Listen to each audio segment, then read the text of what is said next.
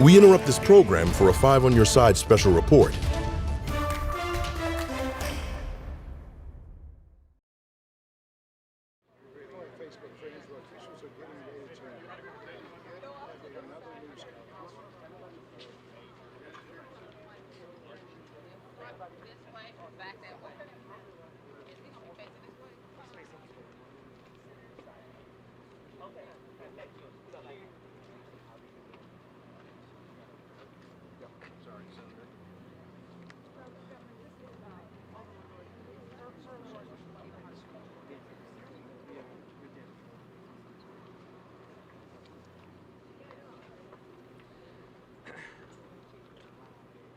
Is everyone ready? Okay. Good morning, everyone. I'm Mitch McCoy. I'm the Director of Public Affairs and Information for the St. Louis Metropolitan Police. We have an update today, this morning, on the efforts that are underway across parts of our city for search and rescue and trying to protect property. I'm going to introduce Mayor Cara Spencer to introduce everyone else and to give us an update. But after Mayor Spencer, Governor Mike Kehoe will provide an update, along with Fire Chief Dennis Jenkerson, Police Chief Robert Tracy, and then United States Senator Eric Schmitt. Please keep in mind, things are still rapidly evolving. We actually just got an update a few minutes ago that we're still trying to gather details on. I anticipate that at some point the City of St. Louis will be providing another update later today to provide even more information. So in the meantime, I'll introduce Mayor Cara Spencer. Good morning, everyone. Thank you for being here. I just want to say we are obviously still grieving. The governor and I just got done surveying some of the hardest hit areas here. The devastation is truly tremendous. We've also we've gathered folks here today, but you know, as I said, we are just a city that's really grieving. We know as of right now the death toll is unfortunately at 5, but we know that that hasn't changed since last night. That's a good thing. We know that as of right now, this morning, 38 people have been reported injured. We do not know the severity of those injuries, but we are continuing, as Mitch pointed out, really focusing on lives, saving lives, and making sure that we are protecting lives moving forward. I want to give a huge shout out to our first responders who have been around the clock since this started at 2:30 yesterday afternoon. There has not been a break in the response and the focus truly on making sure we're keeping people safe here. Many people worked throughout the night without a break, and they're still here this morning. Thank you. A few updates on city services. We, as you know, declared a state of emergency last night that really propelled all of our city services to be on point. City forestry, cutting down trees, getting the streets passable was our first priority. They did an enormous amount of work. Parks, forestry, all of those city services, ensuring that first responders and residents could get through our streets. Thank you. Disaster recovery, debris removal has been a big part of that as well. After clearing streets, you know, our priority number 2 is traffic signals and making sure that we can get people safely through our streets.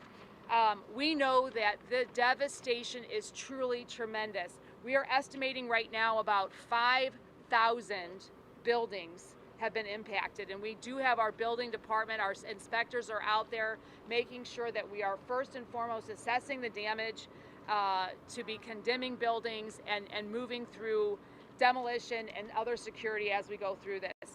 Ameren and our other utilities, I see representatives here. They have been on point helping make sure that we are taking down lines. There are still lines down. We just got down taking a survey through. We know that they are working around the clock to secure those downed areas, those down utility areas. As we move through into recovery and you know, the part of this operation that will be assisting residents, we are going to be announcing in the coming hours resources. We're gathering. So many people and organizations throughout the region have been offering to step up. I know many of those of you watching want to help. We will be providing paths to do that in the coming hours as we get that organized here today. I'll turn it over now to the governor. Thank you so much. I want to say the governor of our state, Mike Kehoe, flew in this morning. has been on point, providing resources from the state and making this just a really, truly united front here. Thank you, Governor.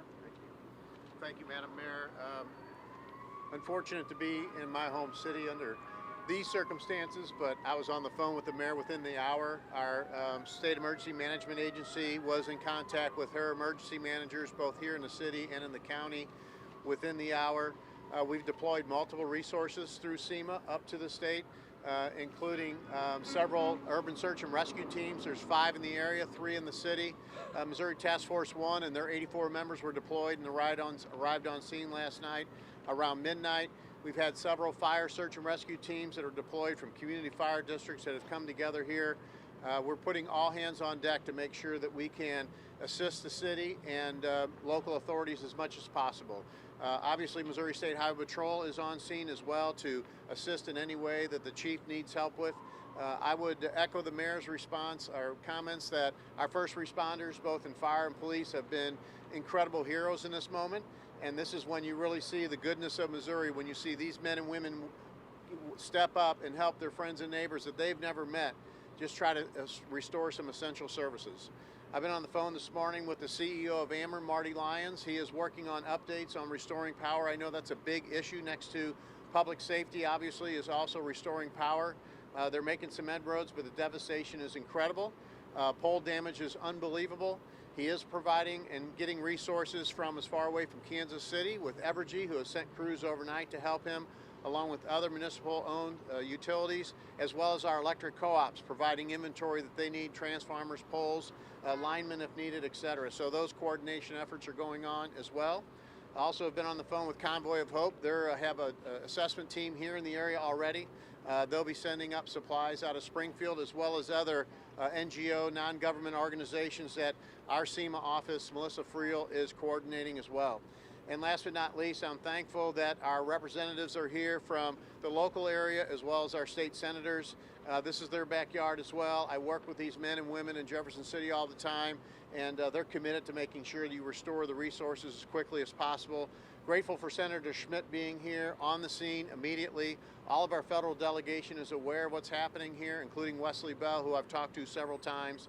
And last but not least, I got a great phone call this morning at 8 a.m. from Secretary Kristi Noem, and who wanted to assure us that FEMA and Region 7, who we operate under, who has already been in contact with our State Emergency Management Agency, stands ready to help us. And I'm grateful to Secretary Noem, and I know it's through U.S. Senator Schmitt's effort, because of their relationship, was on the scene with me, on the phone, I should say, immediately this morning, wanting to know what they could do. So grateful for their efforts. My staff has been in touch with the White House all night long as well, keeping that administration up to speed.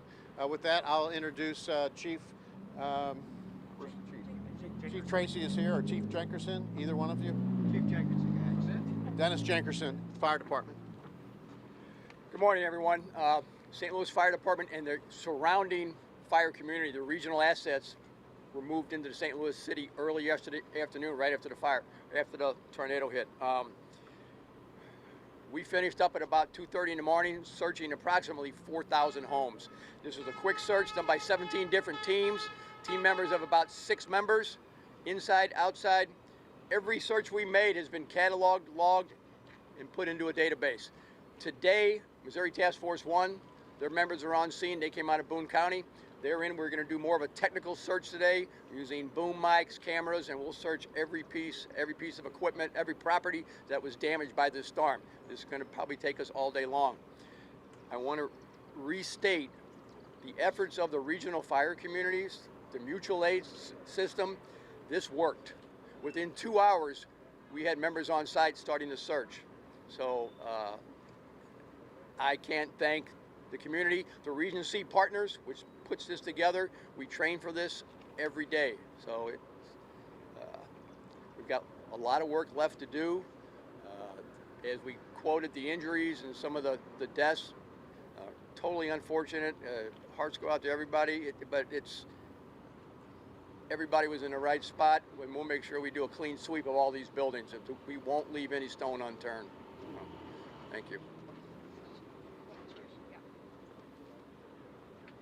So what inspired me is the community, the way it came together, the way emergency services came together, very inspiring when you have such a tragic incident, a tornado coming through our city and causing the damage as you're all seeing. We looked at last night. We went around today looking at the damage, see what's needed, and I just recently came down from the helicopter looking at it and surveilling it from above, both on the ground and from above. It's very devastating what the community is going through, but we're going to be here for them. We're going to be here with the first responders. You heard from the governor, you heard from the mayor, you're going to hear from a state senator. You see here all our local representatives, our state reps. It's incredible how we come together, media, community. You know, this is what really makes St. Louis great. When it comes to policing, what we needed to do immediately is to make sure we mobilized our officers and got as many boots on the ground as possible to come up here and immediately take action after this tornado hit, being to be part of the search and rescue from the fire department and the medical services to get people out immediately in some of these situations, and then have a planned, coordinated response where we're working side by side with them, and then to continue to go through the night with these men and women where they're on 12-hour shifts, and we're going to continue to do that to make sure we can serve not just here around this area, but we got to protect the whole city. We don't forget about the rest of the city. So we have that as well. But just to give an idea of what we were going through, between 2:40 and 7 p.m. yesterday, there was 334 calls for service.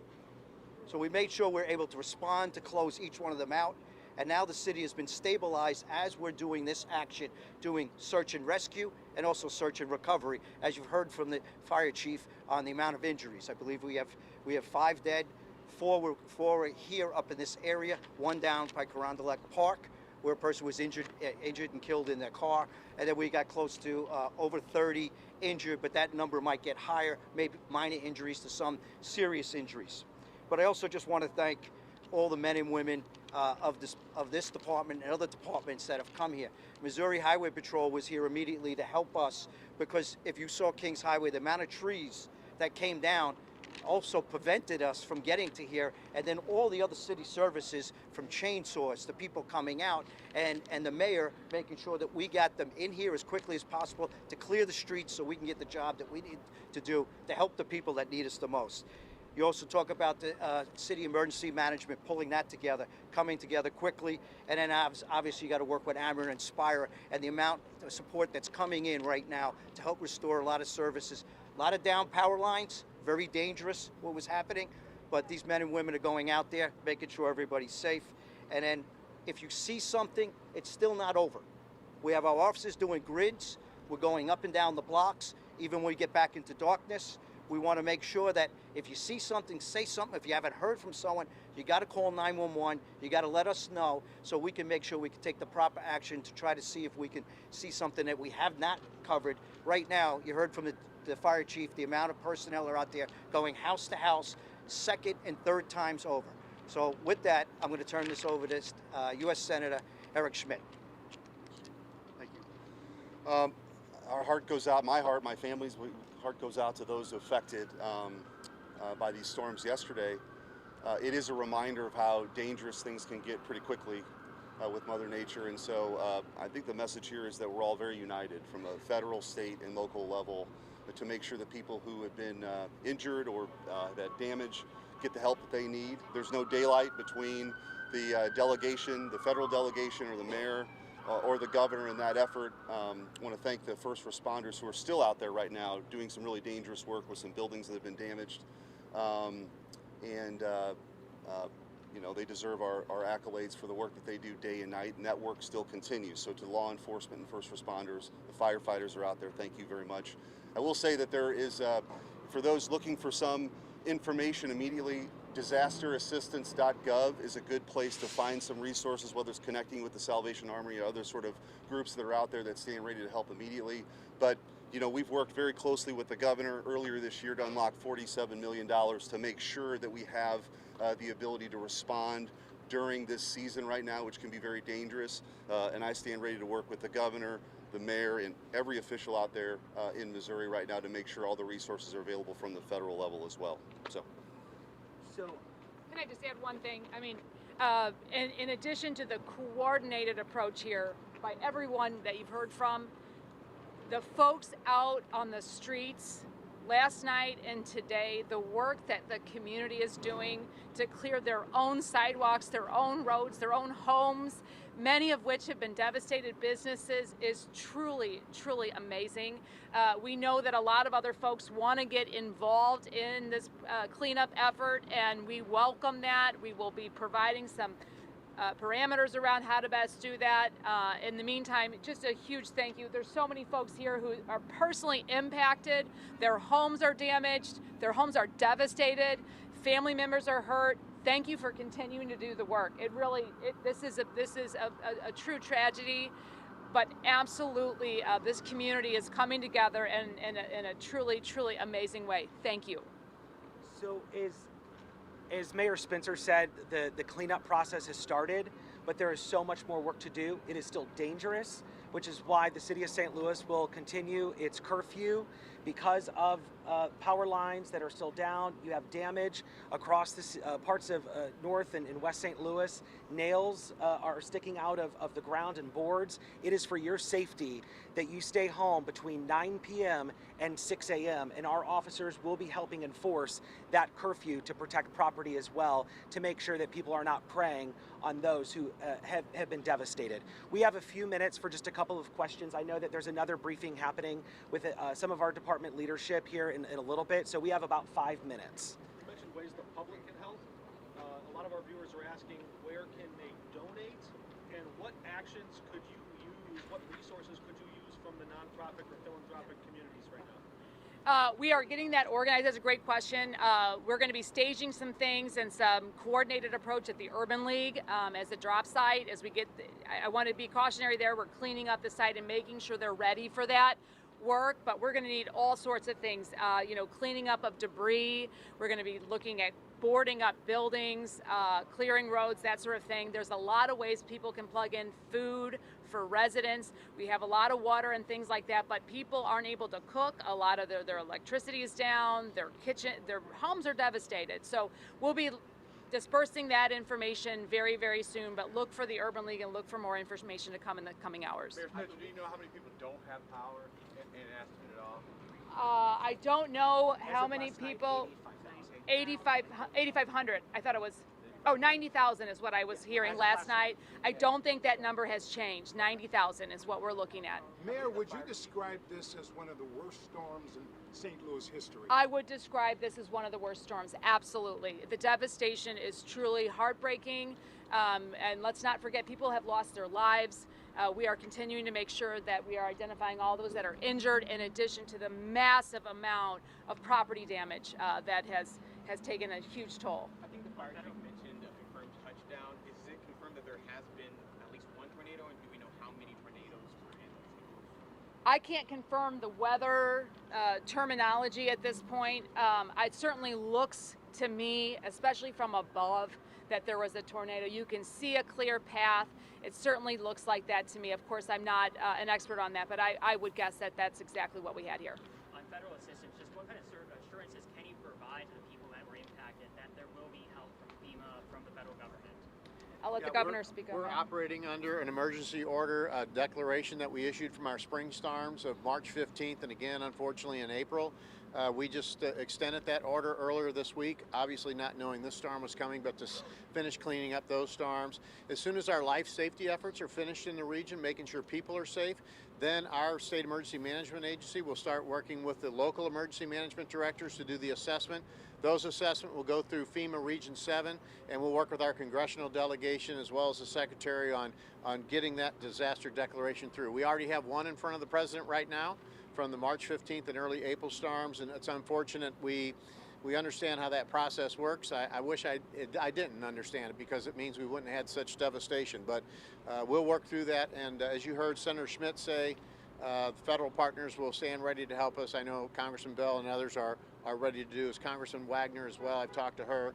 And I will tell you that Mayor Spencer was on the phone with me within minutes after the tornado hit, immediately providing leadership to the area. And for day 32, for somebody who doesn't have in their book what you do when you're a mayor and something like this happens, I'm very impressed at the response she's provided, as well as the city services, both the chiefs behind me, The crews that are out on the street, we want and thanked. Every one of them just said, hey, we're just here to clean things up. And they had that St. Louis spirit that we all know is alive and well, and I can't thank the mayor and her efforts along with city services to really jump in right away and make things happen. Governor, One can more you question. set some expectations on how long should people expect to wait for federal help to arrive, and what will that ultimately look like? Well, the state and the regional emergency managers will be the first line of defense. We'll be setting up those relief centers and relief agencies. 211 is the number that people should call if they need help.